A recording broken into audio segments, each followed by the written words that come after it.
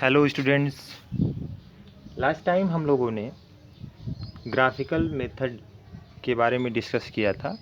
Pair of linear equation को graphical method से हम कैसे सॉल्व करेंगे और उसके सॉल्यूशन को निकालेंगे।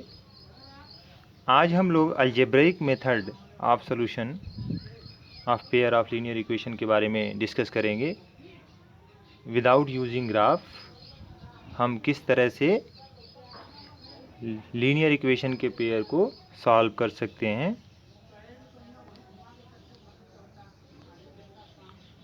अलजेब्रिक मेथड में जो सबसे पहला मेथड आता है वो आपका आता है सब्स्टिट्यूशन मेथड। सब्स्टिट्यूशन मेथड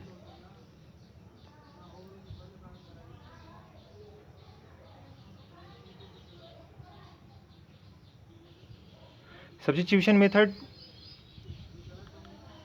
जैसा कि नाम से लग रहा है किसी भी एलिमेंट को क्या करना है, सब्स्टिट्यूट करना है।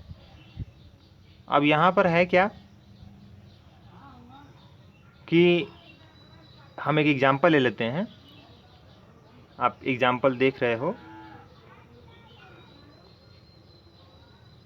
7x - 15y = 2, x + 2y = 3। Example के माध्यम से और स्टेप्स के माध्यम से हम इसको समझा रहे हैं।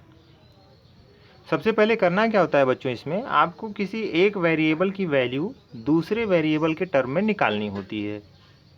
आप दो इक्वेशन आपको दिए रहेंगे, जब आपके पास पेयर ऑफ लीनियर इक्वेशन रहेगा तो उसमें से किसी एक इक्वेशन को लीजिए और उससे एक वेरिएबल की वैल्यू निकालिए। जैसे यहाँ पर देखिए हमने क्या किया है, हमने x + 2y = 3 एक इक्वेशन लिया और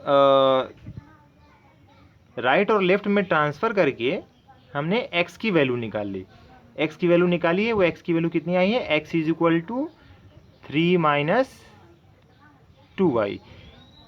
अब हम सेकेंड स्टेप में क्या करेंगे, सेकेंड स्टेप में हम इस x की वैल्यू को दूसरे इक्वेशन में, ध्यान रखने वाली बात यह है बच्चों कि दूसरा इक्वेशन होना चाहिए, यानी जिस इक्वेशन से हमने x की वैल्यू निकाली है हम वापस उसी में नहीं रखेंगे उसका वैल्यू, हम दूसरे वाले इक्वेशन में उसका वैल्यू रखेंगे। तो हमारा दूसरा वाला इक्वेशन ऊपर दिया गया था, ये था 7x - 15y = 2, तो उसमें हमने रख दिया 7x - 15y = 2 में x की ये वैल्यू 3 - 2y। तो आप देख रहे हैं कि x की वो वैल्यू 3 - 2y रख दी गई है। सॉल्व करेंगे, सॉल्व करने के बाद हमने पाया कि y की जो वैल्यू आई वो निकल कितनी आई, 19/29। इस तरह से हमने सोल्यूशन का हाफ पोर्शन कवर कर लिया, यानी हमने y की वैल्यू निकाल ली। अब इस y की वैल्यू को हम क्या करेंगे बच्चों कि हम किसी भी एक इक्वेशन में, चाहे वो फर्स्ट इक्वेशन हो चाहे सेकेंड इक्वेशन हो, हम किसी भी एक इक्वेशन में हम पुट कर देंगे और पुट करने के बाद हमको क्या मिलेगा, दूसरा वाला वैल्यू, दूसरे वाले वेरिएबल का वैल्यू मिलेगा। जैसे कि हमने उस इक्वेशन से x की जो वैल्यू मिली थी उसको दूसरे इक्वेशन में रखा और हमको x = 3 - 2 19/29, यानी x की वैल्यू मिल गई। x की वैल्यू और y की वैल्यू, x = कितना मिला आपको, 49/29, और y = कितना मिला आपको, 19/29। और इस तरह से हम लोग सोल्यूशन कर ले गए।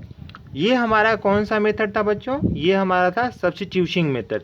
सब्स्टिट्यूटिंग मेथड का मतलब क्या हुआ कि हम क्या कर रहे हैं, सब्स्टिट्यूट कर रहे हैं। अगला स्टेप जो वेरिफिकेशन का आता है, हर बार आपको नहीं करना होता है, अपनी जानकारी के लिए आप अपना वेरिफिकेशन स्वयं का कर सकते हैं कि मेरा जो हमने सोल्यूशन दिया है वो सोल्यूशन सही है कि नहीं है। तो हम x की वो वैल्यू और y की जो वैल्यू हमने ऑब्टेन की है उसको हम दोनों इक्वेशन में रख करके चेक कर सकते हैं कि वो सेटिस्फाई कर रहा है कि नहीं कर रहा है, और हम वेरीफाइड हो जाएंगे कि yes we get the correct solution. Note करने वाली बात यहाँ पर यह है कि इस मेथड का नाम सब्स्टिट्यूशन मेथड क्यों पड़ा।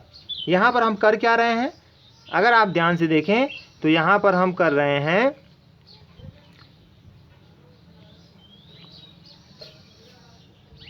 सब्स्टिट्यूट कर रहे हैं, किसको, एक वेरिएबल को, किसके टर्म में, दूसरे वेरिएबल के टर्म में, क्या करने के लिए, उसको सॉल्व करने के लिए। और यही रीज़न है, दैट इज़ वाई, यही रीज़न है कि उसका नाम क्या पड़ रहा है, सब्स्टिट्यूशन मेथड। हम पीछे वाले में देखेंगे आपने क्या किया था। सबसे पहले एक इक्वेशन से x की वैल्यू निकाली और उसको दूसरे इक्वेशन में पुट कर दिया। x की वैल्यू निकाल करके उसको दूसरे इक्वेशन में क्या किया, पुट किया।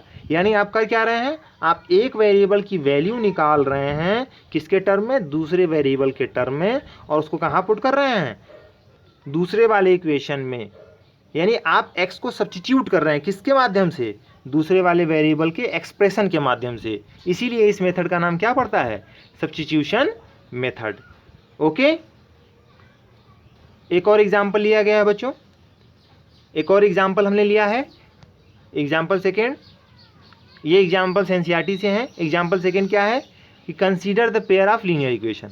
ये लीनियर इक्वेशन हमने ले लिया 2x + 3y = 9, 4x + 6y = 18। ये हमने दो लीनियर इक्वेशन ले लिए। अब जैसा कि हमने पीछे भी मेथड में पढ़ा है कि हम सबसे पहले क्या करेंगे, हम वैल्यू x की निकालेंगे, किसके टर्म में, y के टर्म में। अच्छा, इसकी कोई बाउंडेशन नहीं है कि हमेशा हम x की ही वैल्यू निकालेंगे, इसका कोई बाउंडेशन नहीं है बच्चों। हम y की भी वैल्यू निकाल सकते हैं। y = अगर निकालना चाहें तो क्या मिलेगा, 9 - 2x अपॉन व्हाट, 3। और इसको हम दूसरे इक्वेशन में सब्स्टिट्यूट करके x की वैल्यू फाइंड कर सकते हैं। ये कोई बाउंडेशन नहीं है कि हमेशा आप x की वैल्यू निकालोगे, आप y की भी वैल्यू निकाल सकते हो in the term of x, और उसको सब्स्टिट्यूट करके दूसरे वेरिएबल की वैल्यू फाइंड कर सकते हो। तो यहाँ पर हमने क्या किया, यहाँ पे हमने x की वैल्यू निकाली जो कि 9 - 3y/2i है, उसको हमने सब्स्टिट्यूट किया दूसरे इक्वेशन में, और दूसरे इक्वेशन में सब्स्टिट्यूट करने पर वो क्या बन गया, 4। ये सब्स्टिट्यूशन किया, 4 × 9 - 3y/2 + 6y, सॉल्व किया, और ये कंडीशन आ गई। ये ध्यान देना, ऐसा भी हो सकता है कि ये कंडीशन आपको दिखाई दे, ये कंडीशन आपको दिखाई दे। ऐसा क्यों हुआ, ऐसा इसलिए हुआ कि अगर आप ध्यान दोगे तो आप देखोगे कि दोनों इक्वेशन, जब हमने ग्राफिकल मेथड पढ़ा था, याद है ना, दोनों इक्वेशन को ध्यान से देखो तो a1/a2, b1/b2 और c1/c2, ये क्या है, आपस में इक्वल हैं। ये सभी आपस में क्या हैं, इक्वल हैं, है ना। यहाँ देखो 2/4 करो, 3/6 करो, 9/18 करो, ये सभी इक्वल हैं। इसका मतलब एक कॉन्साइड लाइन है, यानी इनफाइनाइट मेनी सोल्यूशन है कि नहीं। ये ग्राफिकल मेथड से था, लेकिन यहाँ पर जबकि हम कौन सा मेथड, अलजेब्रिक मेथड इस्तेमाल कर रहे हैं, तो अलजेब्रिक मेथड इस्तेमाल करने में हम ये देख रहे हैं कि ऐसे इक्वेशंस के केस में जब हम वैल्यू सब्स्टिट्यूट कर रहे हैं किसी एक वेरिएबल की, तो दोनों साइड क्या आ जा रहा है, इक्वल। यानी वेरिएबल अपने आप जो है रिड्यूस हो जा रहा है, वेरिएबल रह ही नहीं जा रहा है। तो ये क्या इंडिकेट करता है, ये इंडिकेट करता है कि y का कोई भी मान हो, y का कोई भी मान हो, फॉर एनी वैल्यू, कुछ भी रख दो इसमें y, वो हमेशा क्या रहेगा, 18 = 18 रहेगा, यानी हमेशा ये ट्रू रहेगा। तो इसका मतलब क्या हुआ, इसका मतलब ये हुआ कि x और y जो एक दूसरे पर डिपेंड कर रहे हैं इक्वेशंस के माध्यम से, y की और x की इनफाइनाइट मेनी वैल्यूज होंगी जो इस इक्वेशन को क्या करेंगी, सेटिस्फाई करेंगी। तो हम अलजेब्रिक मेथड से भी इस तरह से पा सकते हैं या देख सकते हैं कि इनफाइनाइट मेनी सॉल्यूशन होगा कि नहीं होगा।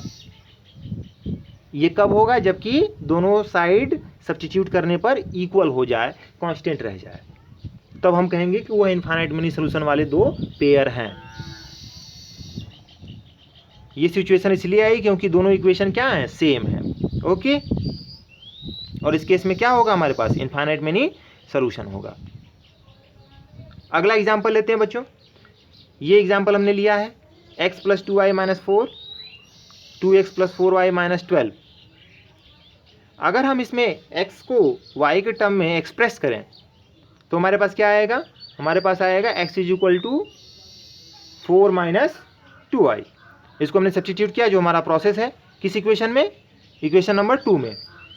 इक्वेशन नंबर 2 में हम x की जगह पे रख रहे हैं। x की जगह पे रखने का मतलब पहले 2 है फिर x है। यहाँ पर देखो, यहाँ पर पहले 2 है फिर क्या है, x है, और x की जगह पर हमको क्या रखना है, 4 माइनस 2i। तो हम रख रहे हैं 4 minus 2i is equal minus, इसके बाद 4y minus 4y minus 12 is equal to 0, इस तरह से। और फिर हमने इसको सॉल्व किया, और सॉल्व करके हमने क्या पाया, हमने पाया कि -4 इक्वल टू 0 हो गया। -4 इक्वल टू 0, ये स्टेटमेंट एक रॉन्ग स्टेटमेंट आ गया हमारे पास, रॉन्ग स्टेटमेंट, फाल्स स्टेटमेंट है। कभी -4 0 के बराबर हो सकता है, नहीं हो सकता है। तो यहाँ से ये इशारा कर रहा है, ये इंडिकेट कर रहा है कि ये जो पेयर हमको दिया गया है, इस पेयर के पास कोई सोल्यूशन नहीं है, कोई सोल्यूशन नहीं, कोई कॉमन सोल्यूशन नहीं है, कॉमन सोल्यूशन नहीं है। कॉमन सोल्यूशन की बात करते हैं, जब पेयर होता है तो कॉमन सोल्यूशन की बात करते हैं, कोई सोल्यूशन नहीं है। और हम वहाँ ग्राफिकल मेथड में क्या करते थे कि वहाँ लाइन क्या आ जाती थी, पैरेलल हो जाती थी। यहाँ भी आप देखोगे तो यहाँ पर आपको दिखाई देगा ग्राफिकल मेथड का, है कि नहीं, क्या 1/2, 2/4, ये A1/A2, B1/B2 किसके बराबर है, आपस में बराबर है ना, लेकिन वो C1/C2 के बराबर नहीं है कि नहीं। तो इसका मतलब कि वो ग्राफिकल मेथड में भी पैरेलल हो जाती है, वहाँ सोल्यूशन नहीं होता। और यहाँ अलजेब्राइक मेथड में हमको ये सिचुएशन क्रिएट हो रही है, ये सिचुएशन जो बता रही है कि फॉल्स स्टेटमेंट हमारे पास आ जाएगा, तो हम समझ जाएंगे कि इसके पास कोई कॉमन सोल्यूशन नहीं होगा। अगली स्लाइड में आते हैं हम लोग बच्चों। इसके बाद नेक्स्ट वीडियो में हम लोग एलिमिनेशन मेथड को कवर करेंगे।